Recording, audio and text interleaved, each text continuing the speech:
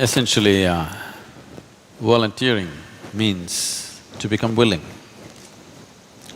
or in other words, to become an absolute yes to life.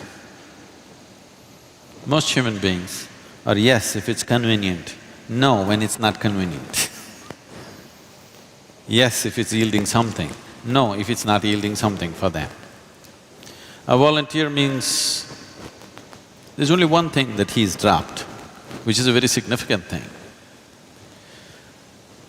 He's just dropped this one calculation, what can I get?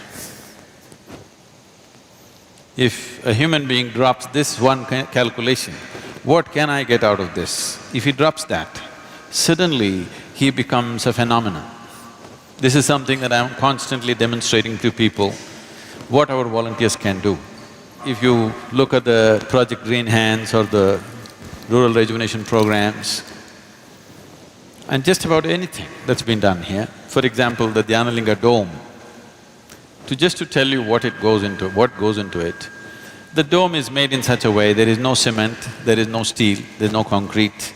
The simple technology is, all the bricks are trying to fall down at the same time, so they cannot. It's like everybody's trying to get out of the door and they cannot.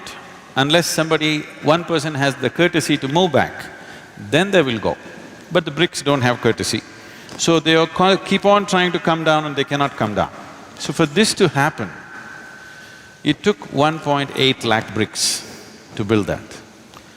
This 180,000 bricks, every one of them was measured to the millimeter by the volunteers. If somebody is little lax, somebody puts a brick which is 2 millimeters less than what it should be, the whole thing may collapse. So I sat down and I spoke to them, "See, this is what it means, this is what I'm placing in your hands. You never handled a brick in your life, but you got to measure like this." And men, women, children sat down day and night and they measured and they measured and they measured and they kept these bricks. And now when they keep… it has to be just kept quickly so that it doesn't come down. One circle you have to complete at a time. And today you see that. I'm just saying just one example. Any number of things like this have been done. What is it that fires them? See, there is something beyond passion, there is something beyond motivation, there is something beyond profit,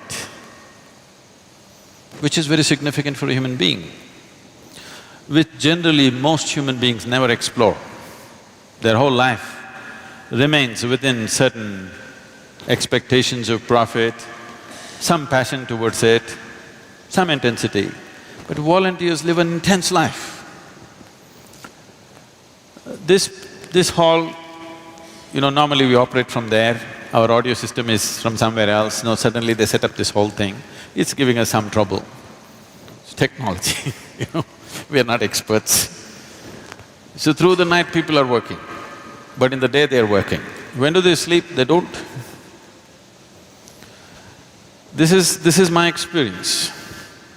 I'm like this, I'm on at least 22 hours a day, 7 days of the week.